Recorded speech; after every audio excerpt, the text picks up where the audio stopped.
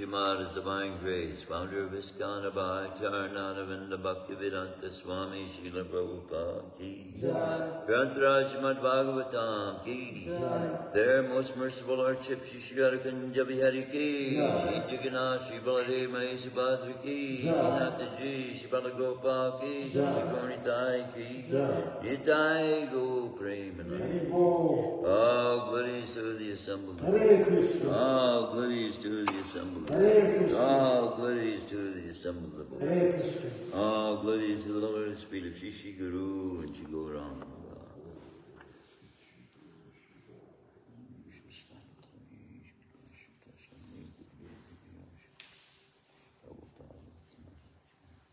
Om Namo Bhagavate Vasudevaya. Om Namo Bhagavate Vasudevaya. Om Namo Bhagavate Vasudevaya. Om Namo Bhagavate Vasudevaya. Om Namo Bhagavate Vasudevaya. Om Namo Bhagavate Vasudevaya. Narayanam Namaskritya Narayanam Namaskritya. Naram Chaiva Narottamam Naram Chaiva Narottamam. Devam Saraswatim Vyasam Devam Saraswatim Vyasam. Tato Jayamudiraye Tato Jayamudiraye. Nasta Praishu Bhadreshu Nastaprayeshu Bhadreshu. Nityam Bhagavata Sevaya Nityam Bhagavata Sevaya. Bhagavati Uttama Shloke Bhagavate Uttama Shloke. Bhaktir Bhagavati Naistiki. Bhakti Bhagavati Naistiki. Reading from Shrimadbhagavatam, Canto 1, Chapter 5, Text 26. Is that correct? Text 26. Tatran Baham Tatranvam Krishna Kata Krishna Kathaha Pragayatam Pragayatam. Tatra Baham Krishna Kata Pragayatam Tatranvaham Krishna Kathaha Pragayatam. Tatran Baham Krishna Kata Pragayatam Tatranvaham Krishna Katha Pragayatam. Tatran Baham Krishna Kata Pragayatam Tatranvaham Krishna Katha Pragayatam. Anugrahena Srinavam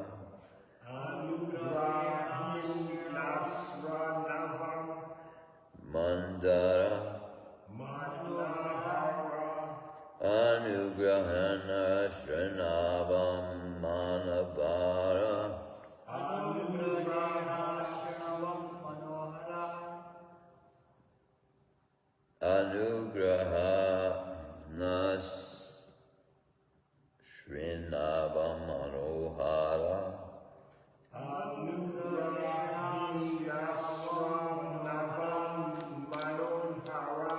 Yeah, I'm having a problem reading. Let's see what these glasses maybe. It might be these glasses are dirty. Oh my God. I keep thinking it's the lens, but it's just got fingerprints on them. I'm not touching them through the day. Somebody must be moving on. Thank you very much. I think it's the fact that they're dirty.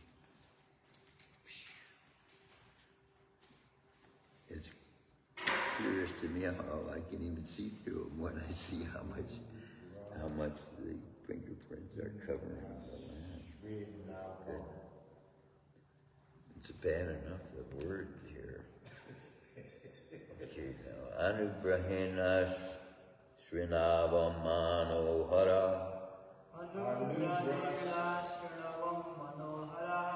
Anugrahena Smavam Manohara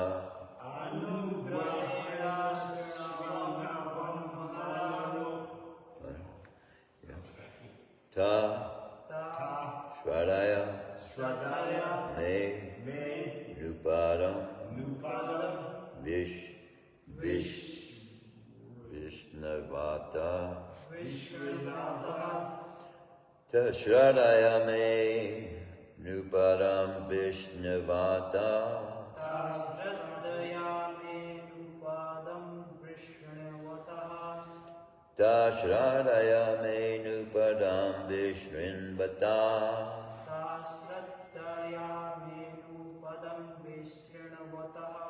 Ta Shradaya Me Nupadam Vishrinvata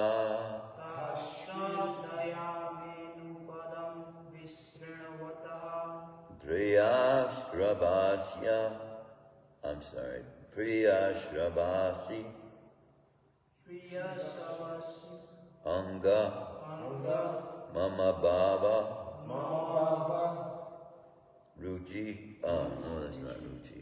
But it is Ruchi. Yeah, Ruchi. Priyashravasi Anga Mama Baba Ruchi. Priyashravasya Mama Baba Ruchi. Priyashravasya Mama Baba Ruchi.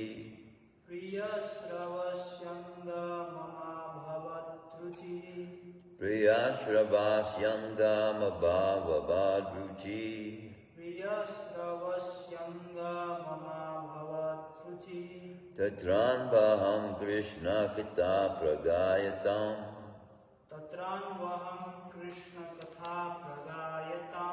Anugrahana Sanbanam Mahorara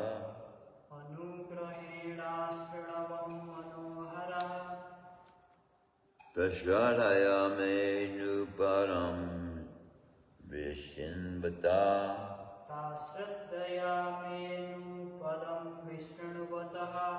Priyashravasya Manabhavadruchi.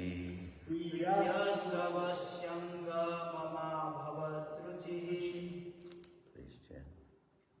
Tatranvaham Krishna Katha Prayagatam Tatranvaham Krishna Katha Pragayatam Anugrahena Srinavam Manohara Anugrahena Srinavam Manohara Tasraddhaya Menu Padam Vishnuvataha Ta Shradhaya Me Nupadam Vishrinvata Priyasravasyanga Mama Bhavatruchi Priyashravasya Mama Bhavadruchi. Tatra Thereupon Anu every day. Aham, I. Krishna Katha. Narration of Lord Krishna's activity. Pragayatam. Describing. Anugrahena. By causeless mercy. Ashrinabam. Giving oral reception. Manahara. Attractive. Ta. Those. Shradaya. Respectfully. May. Unto me. Anupadam. Every step. Vishrinvata. Hearing attentively. Virashravasi. Of the personality of Godhead. Anga. O Vyasadeva. Mama. Mine. Abhavat. It so became. Ruchi. Taste. Tatran Baham Krishna Kata Pragayatam Anugrahena Srinavam Manohara Tanshrin Dayame Nuparam Vishin Bata Priyashravas Manabhavad Ruchi. Translation and purport by His Divine Grace of I, Charnadavinda Bhaktivedanta Swami Srila Prabhupada. O Vyasadeva, in that association and by the mercy of those great Vedantas, I could hear them describe the attractive activities of Lord Krishna, and thus, listening attentively, my taste for hearing of the personality of Godhead increased at every step. Please repeat. O Vyasadeva, in that association, and by the mercy of those great Vedantas, I could hear them describe the attractive activities of Lord Krishna, and thus listening attentively, my taste for hearing of the personality of Godhead increased at every step. O Vyasadeva, in that association and by the mercy of these great Vedantas, I could hear them describe the attractive activities of Lord Krishna, and thus, listening attentively, my taste for hearing of the personality of Godhead increased at every step. Purport. Lord Sri Krishna, the absolute personality of Godhead, is attractive not only in his personal features, but also in his transcendental activities. It is so because the absolute is absolute by his name, fame, form, pastime, entourage, paraphernalia, etc. The Lord descends on this material world out of his causeless mercy and displays his various transcendental pastimes as a human being, so that human beings attracted towards him become able to go back to Godhead. Men are naturally apt to hear histories and narrations of various personalities performing mundane activities, without knowing that by such association one simply wastes valuable time and also becomes addicted to the three qualities of mundane nature. Instead of wasting time, one can get spiritual success by turning his attention to the transcendental pastimes of the Lord. By hearing the narration of the pastimes of the Lord, one contacts directly the personality of Godhead. And, as explained before, by hearing of the personality of Godhead, from within, all accumulated sins of the mundane creature are cleared. Thus, being cleared of all sins, the hearer gradually becomes liberated from mundane association and becomes attracted to the features of the Lord. Narad Muni has just explained this by his personal experience. The whole idea is that simply by hearing about the Lord's pastimes, one can become one of the associates of the Lord.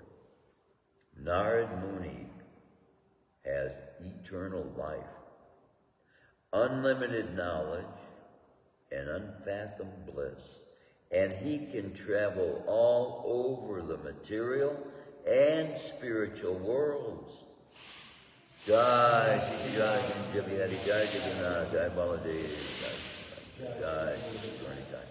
Without restriction, one can attain to the highest perfection of life simply by attentive hearing of the transcendental pastimes of the Lord from the right sources, as Sri Narad heard them from the pure devotees, Bhakti Vedantas, in his previous life.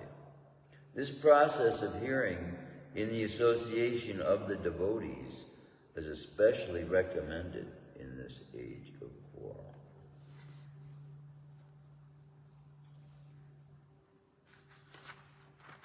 Yes, that is the end of the purport for today. So, as this is revealing, that qualified Vedanta, Srila Prabhupada, is the one who has given the purports, revealed the meanings, and shed light on what we had previously, until reading this, come to believe was absolute truth. And we are seeing that Krishna's qualities are absolute in every aspect of his personality, whereas there are human beings who become very qualified in one perspective, another one will become qualified in another area of life. But Krishna has the complete perfection of everything, all these qualities that are desirable in a human being. And as this points out, he takes form as a human being for the sake of being able to give the living entities liberation from the material world and give them the ability to go back. Now we have revealed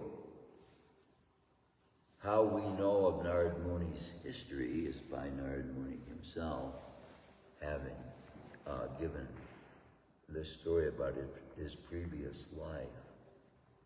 It's my understanding, though, that he came from a body of Brahma. And I'm going to have to go back and see how it came that he took birth again and again.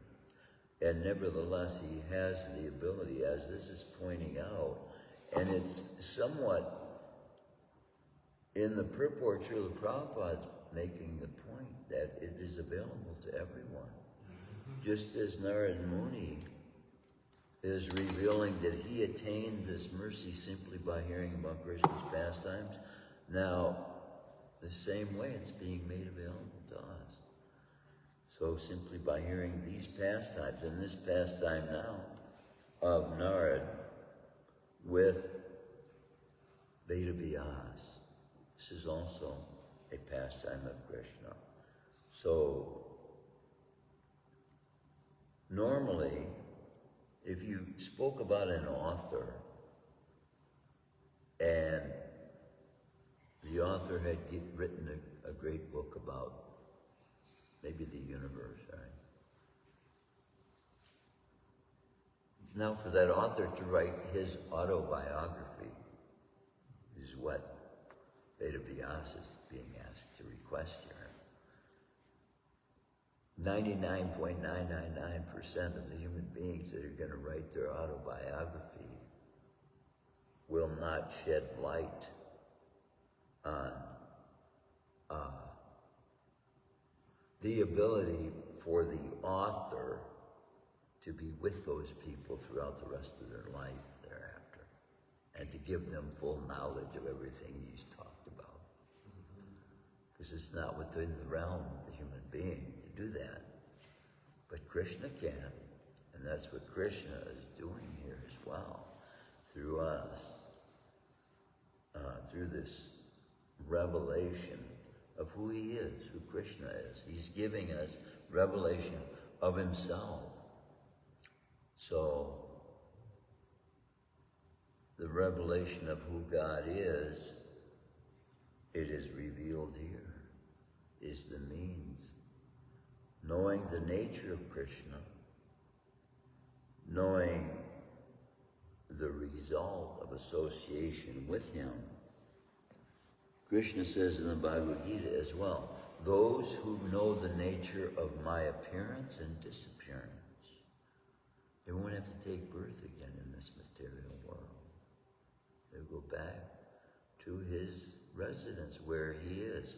And what is being revealed here is that Narad Muni, in case we're afraid that we would be missing out on something from the material world, he can come and go. But Narad Muni's intent in coming and going is like Krishna. He's not coming here for his own entertainment. He's coming here to preach. So similarly now as devotees, when we go out, we would go out with the hope, just like your purified desire yesterday, to go out and bring the holy name to others, and as you did. Krishna is so happy with that, and we may not even realize it at the time it's happening. But because this is the Dharma for the age, the act of your engaging in that Dharma where other people can hear you means that they are now coming in contact with that sound vibration that can give them liberation, which is the Maha Mantra, is the summum bonum of all of Krishna's pastimes. It's all contained in there. This Hare Krishna mantra, it says, Krishna has endowed with all of his spiritual energy. And that's what Narad Muni is saying, Krishna's pastimes will reveal to the soul who reads of those pastimes. Just similarly, the chanting of the Maha Mantra, the same way, gives realization. Just like I was hearing you this morning, I could hear you all the way. The removing of that carpeting, it's amazing how much it increases the sound vibration, doesn't it? So I could hear you all the way down. Beautiful.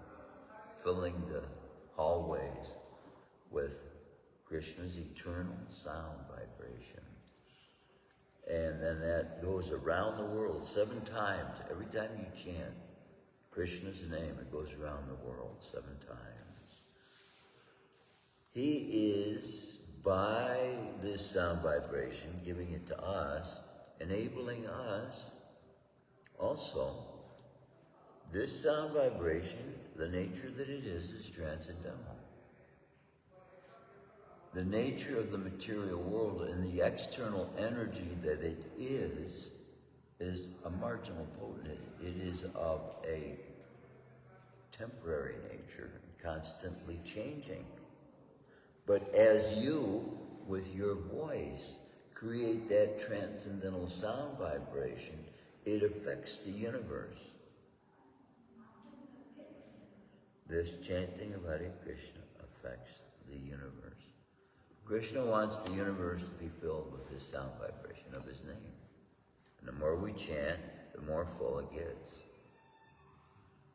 And then eventually it will be burned up and returned to its original place, inside of Krishna's body. But it's also fulfilling the purpose of bringing those living entities that are within hearing distance to be able to blossom. it's like fertilizer to the flowers outside, gives nourishment to those flowers that makes them open in the morning and see the sunlight. Then that Krishna Katha, pastimes of Krishna that have taken place, the same way gives nourishment to the soul for it to find itself capable of blooming. Because this that you are giving to others is the blooming of the mature fruit of Krishna consciousness. The holy name is the mature fruit of Krishna consciousness. And contained in it, as I said, which is named in the Shikshastakam.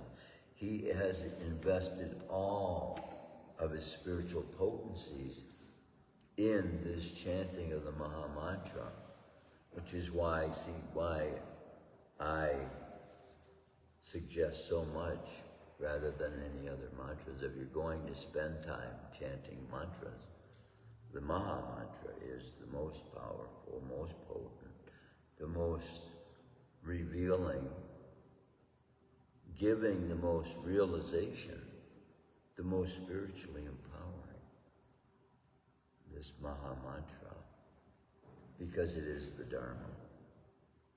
So, of course, we chant Bhagavad Gita verses, we chant Bhagavatam verses, which we're doing today as well. But nothing compares to the Maha Mantra. For us here in this place where we are right now, I don't know, in the spiritual world, it's not different from conversations that are going on with Krishna in the spiritual world. Not different from that. Because simultaneously, while you're listening to the sound vibration, that relationship with Krishna is giving the soul. If we have developed the senses, the spiritual senses, so we have material senses, but through the Maha Mantra we have spiritual senses. In order to taste the name, then, to listen and hear the name intently with undivided attention.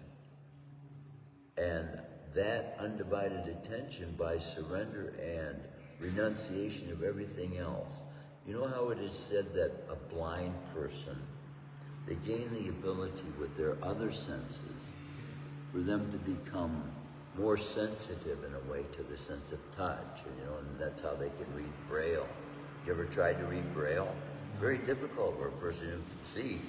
I'm not going to read no Braille, but their accelerated sense of feeling enables them to do that. So similarly, Krishna Katha, and what to speak then, the Maha Mantra, reawakens our spiritual body, our spiritual senses. So the soul itself has taste, smell.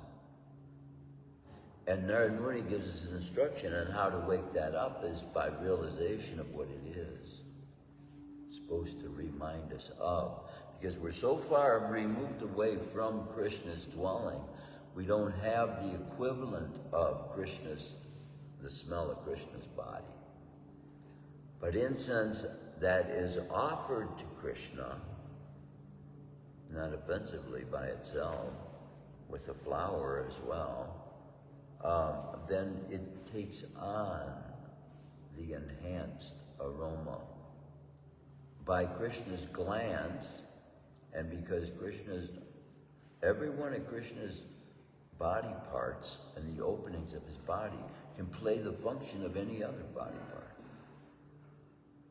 So by his glands, he can hear and see and know and understand just by looking at someone. And so as well, by chanting his name, then these abilities, these latent abilities, these lying dormant abilities within us will be awakened. And then the chanting of the name will become flavorful, tasteful to us, as revealed in Bhakti. I keep referring to Bhakti Rasamrita Sindhu because it's such an advanced psychological book that can be read over and over and over again. And as you continue to read it, it gives you more complete realization of the spiritual nature of relationships, what they're supposed to be. So you're reading, right, from time to time, Bhakti Rasamrita Sindhu? Yeah. Well, I used to read it in the morning as well, because it's so much a part of Krishna consciousness. Like Brahma Samhita too, Srila Prabhupada was so much desirous, because there is so much philosophy contained in every single verse of Brahma Samhita. Srila Prabhupada was hopeful for his disciples to make it a regular daily ritual activity, the reading of this Brahma Samhita. And see, he is our father as well in this disciplic chain, Lord Brahma. And we see by the concentrated knowledge there is in his association, because Brahma Samhita is association with Lord Brahma. And you see how profound the statements are about his relationship with Krishna is, that it rubs off on you, the realization that, wow, see, every devotee gets a different perspective and has a different relationship with Krishna that in association with them we get a taste of. And so it is by that sacrifice of everything else that our mind's giving up while we're chanting that taste will come. That's what we are told. Sacrifice. Yes. So as the taste comes, then the desire increases, like we were saying about. This is how, moment by moment, we can experience Krishna's greatness expanding itself continuously every moment. That's why I keep believing the universe is still expanding. In order for there to be room made for the unmanifest, then, just simply by that logic. But then it could be said Krishna had enough forehand knowledge to know how much room would be required. So it's still in my mind. I'm determining, trying to understand, is it growing? Is it staying the same size, or is it shrinking? Are we using up the resources? Big mystery. Just normal things about knowledge about normal things. When you apply it to the universe, it becomes confounding because it's not necessarily controlled by the same laws. And so it's reacting. The universal activities are going on, reacting to the forces of the material energy, which is acting by the forces of karma. Which, what is that law of Newton? Every action produces a reaction.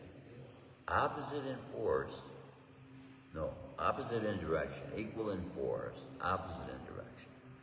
I don't know how absolutely true that is, but if we take that into consideration then, and apply that to karma, every action is causing a reaction. And if we apply that equal in force, but that doesn't apply to a seed, for example. See, and if you look at the seed, the growth of a seed being inspired by the spiritual energy that the soul is. That's what the growth is coming from the seed. It is the soul manifesting its relationship now with Krishna. And the fact that it's in the material world means it's away from Krishna's internal energies, away from Krishna's Vaikuntha energy. So everything in this material world is subject to the forces of Krishna's external energy. And everything related to Krishna, his activities, the instructions he gives for the laws governing even the recitation of his name, all meant to bring us back to Godhead, all meant for our benefit, so to speak. And so that relationship we develop with Krishna as well, for our benefit, will be constantly increasing. I can imagine a point where, how can Narad Muni still contain himself if he has been in this relationship with Krishna for billions of years, trillions of years? If you mean contain yourself, he doesn't contain himself. Yeah. Yeah. He in a static Yeah. frenzy. Yeah. Yeah. And Lord Chaitanya reveals that as well, to the extent that even in the form that he has taken, he is God and cannot control what forced love is, and what love does to him is revealed in Chaitanya Charitamrita, which is what Srimati Radharani wanted him to experience when he left Vrindavan to go to the battlefield. This was a separation that she was feeling from him, and she wanted him to feel that. That's how she came. This is the secret knowledge about Srimati Radharani's own inner desires in regards to her relationship with Krishna. And this is what gives us a taste for what being close to Krishna is like. Because love is so overwhelmingly powerful that when it does take hold of the soul can't stop it, the soul can't control it. Too much. So these mortal bodies, they can't contain it either. It's too much to be contained. Well, Lord Chaitanya was, he was at the point, ga. It's about all he could do. He was so overwhelmingly taken over by love, trembling, shaking. Present day so-called doctors, they say he was going through a seizure of sorts. They just don't know. See, they want to do everything they can, even in modern archaeological findings, if it doesn't go along with what they've already said, because they have so much invested. Their whole career is determined by what they've said in their letters depicting their full knowledge of science and their full knowledge of history of mankind and all this stuff. Now, their career depends on it, because if they find something that makes that to be a lie, that means they are liars. So they're willing to continue in their lies rather than confront the truth. Right. So rather than accept Lord Chaitanya as revealing pure love of God, they'll credit him with being. See, fire gets blamed for a lot of things that it's not the cause of too. That's what arson is. That's what really makes it such a crime. Then we hear of these things, and then we develop a relationship with fire. Fire is Krishna's servant. Fire is serving Krishna, Agni. This is why we put fire on the altar and offer fire to Krishna as such. So see, as that engaging the demigod, Agni, in Krishna's service, that's protection for the devotee. How much then Agni and that devotee becomes close friends. Then Agni doesn't want to do any harm to a devotee, does he? And similarly, all these acts the devotee is taking part in is benefiting the environment, the living entities, making everything better for everybody. Because all of his life is dedicated now to serving the supreme energy, that superior internal energy of Krishna that is liberating of itself, the knowledge of which is liberating. Yeah. And that liberating force is all powerful. You know, we see destructive forces in the world and think of them in our experiences of them, especially if we're exposed to them like an earthquake. We think of that as all powerful. Could you imagine the force that caused this entire universe to come into existence and have a body of such that makes that microscopic? Whew. And then able to come into it. Wow. And make forms within that appear to be gigantic. That's Krishna, you know. How is that possible? He makes the microscopic gigantic and then takes the gigantic and can make it very small. Krishna. The impossible. What is that? Srila Prabhupada said impossible. That's a word in the Fool's Dictionary. So that, you know, like I was saying yesterday, something wasn't in my vocabulary. So impossible, that similarly shouldn't be in our vocabulary. Since the fact is that you cannot make anything up. All these things that human beings are crediting to the imagination of man have already been in existence. We are recalling from the histories of our minds, bringing into consciousness that which our memories are recollecting. And we don't realize that because our real full knowledge of our own reincarnation is incomplete. So we don't know where we've been, where we came from, how many lives we've lived, how many times we've been a human being, how many times we've been an animal. And these guidelines are given us to give us some idea of that. But then when we come close enough to Krishna, full knowledge. And I'm not there yet. But that's what's being offered to us through the Vedas, to realize that knowledge of God and God's presence, sharing this body with us, that's His complete knowledge, as I've found the ability to be able to describe. Isn't it? What more can we have than the Supreme Personality of Godhead sharing a body with us and able, through His own consciousness, to urge us to conceive those that are His own thoughts. That's what this Krishna consciousness is enabling us to do, is experience the thoughts of Krishna's thoughts.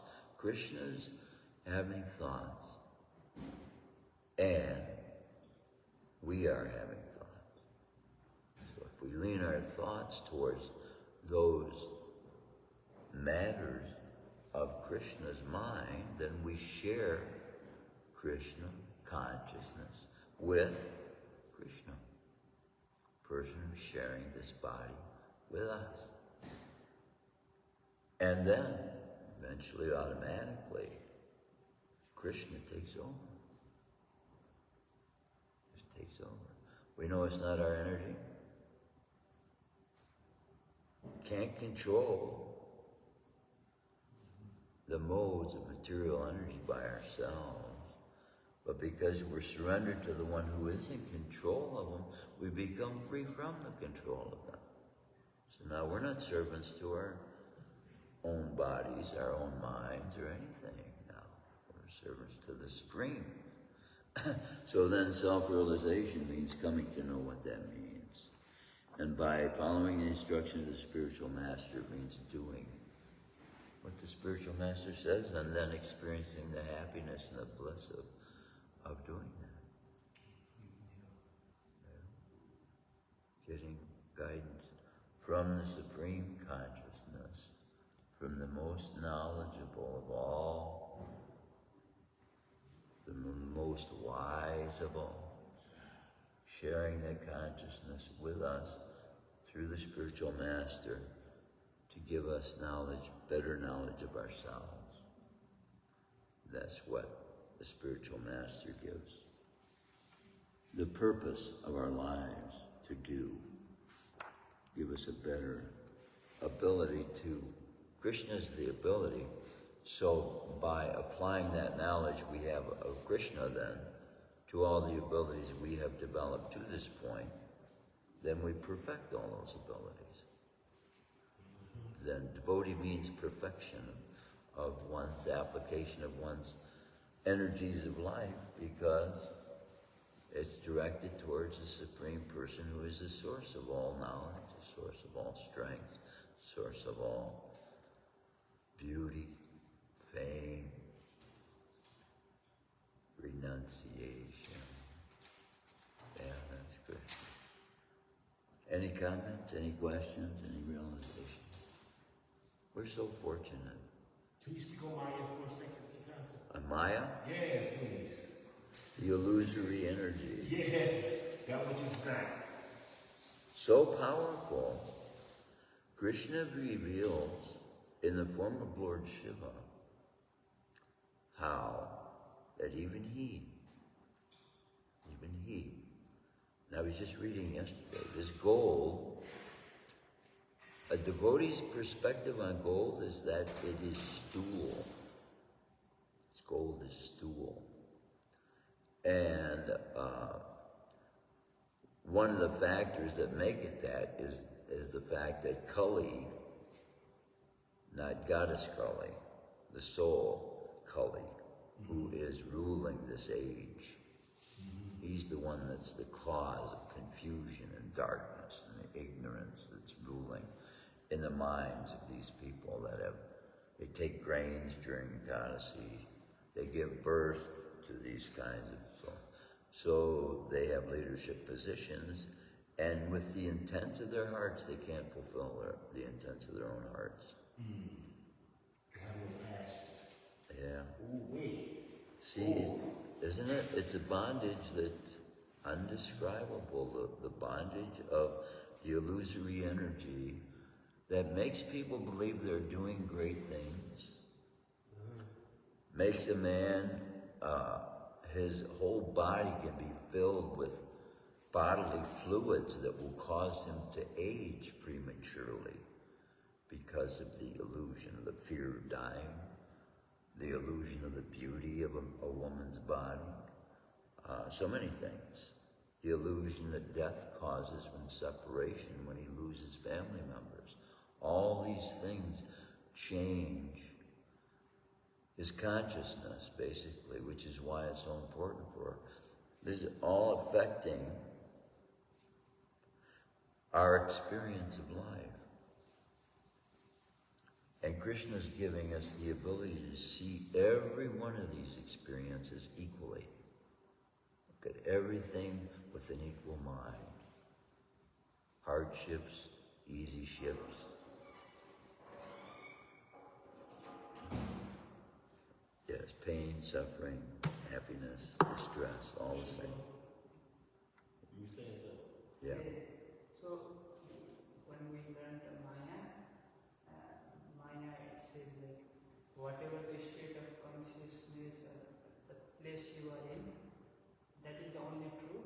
Everything else is Maya. I mean, even the past experiences, whatever happened in the past, it already happened. Yeah. Already it's Maya. But it is there because the experience is there, right? With us. So experience is real, but it's Maya. So only this moment is, how do you say, the real, they say. And in this moment, what kind of consciousness we are in? We are supposed to be the part and parcel of Krishna, right? But the consciousness we have not reached, right?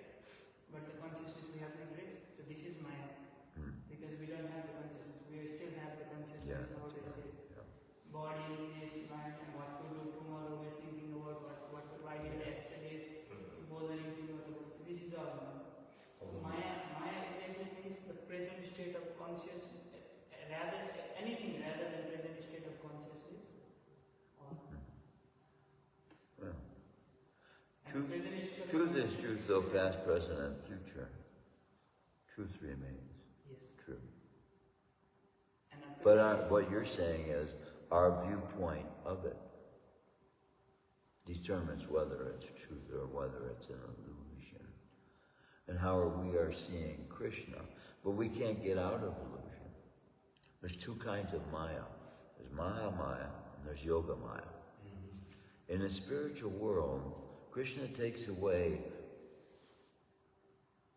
what he might call an illusion that we are having about him, is that we see him as all-powerful, in control of everything, which would leave us in a state of helplessness, a state of fear, constant, right? So in order for us to, it's just like a teacher in school has a different relationship with her children in that circumstance than she does with her, she's supposed to, than she does with her children at home. Because the relationship of mother and child is not only teacher, even though the mother plays that role, the role of mother supersedes the role of teacher. Because the mother's not only teacher, she is the provider, she's the protector, so many things the mother is there for, which the teacher cannot play the part of.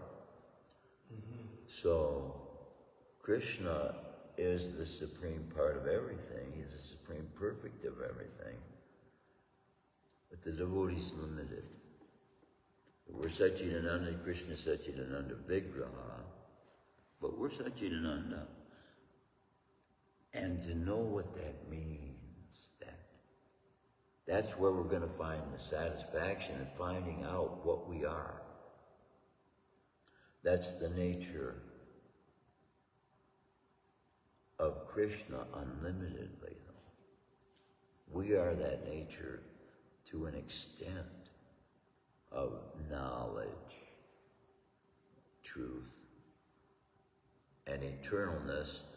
We get a feeling about, we get an idea of. It's just like a big, long place. If we compare it to the universe, then we just have a space in our mind that makes it bigger than the universe, right? Unlimited is hard to conceive because it can't be held, it can't be contained. And the mind is trying to contain, right? Manipulated by the false ego. The mind is taking on the nature of the false ego. I, me, and mine. I gotta have it. It's for me to use, for me to experience. The senses, I gotta taste, gotta hear, gotta see, gotta smell. All these things. The mind constantly nagging. And then the mind is telling the soul what to do. Isn't that? That's what they're controlled by, the mind. They're not controlling the mind is controlling them. So then how is that freedom? Is freedom of speech when they just babble off whatever they want? That's not control of speech. So what is being looked at as freedom is not really necessarily freedom. And so that's why we have regulated life. You don't have unregulated. And then when the regulations we become conditioned by that which frees us from conditioning. See, because this chanting, once you start taking up, it becomes a habit. You don't think about not doing it, it just becomes part of your daily activities, right? But that can be looked at as conditioning. It's something you do all the time, you get a result for, and so your mind gets to the point where it says, yeah, I need to do this because it's going to produce the result I want. So it's a sense of conditioning, but it's the kind of conditioning to bring us into the kind of habit that will free us from the external conditioning. Because it is the command being given by the soul to engage in this activity. When enlightened souls come, we say, the light has entered. What happens when the light goes off? It went off. It went off at that moment. At the same time you walked. The moment he walked in, boom, the light went off. You get the two compatible bases. Useful bases. John, any comments, any questions, any realization? It's protocol. John? That might be the wrong word. That's not the right word. Protocol. Well, it's etiquette.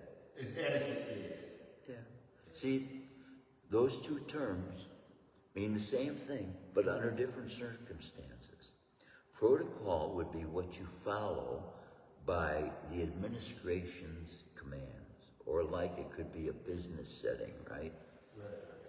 Etiquette is what you follow by someone who, out of a desire of your heart, you have affection for, and you want to.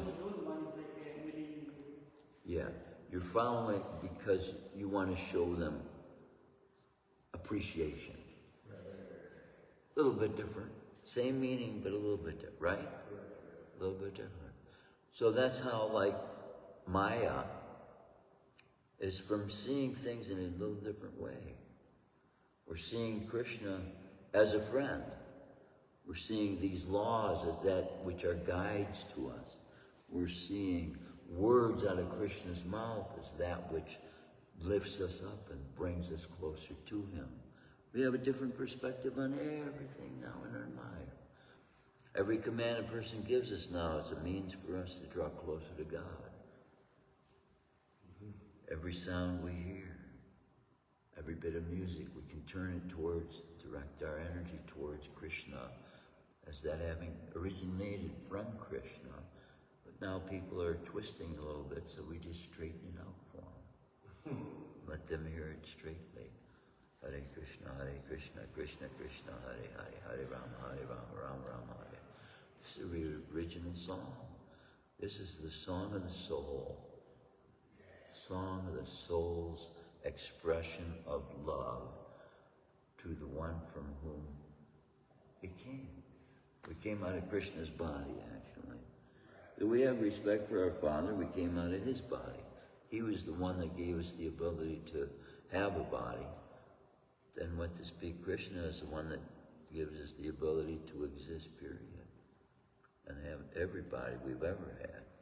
Be an animal, be a bird, to be a tree, be a fish, and He's be the one that made the mechanics of yeah. ability for you to come from your father's body See? to your mother's body. See, you should be given class. See that? That's what it is.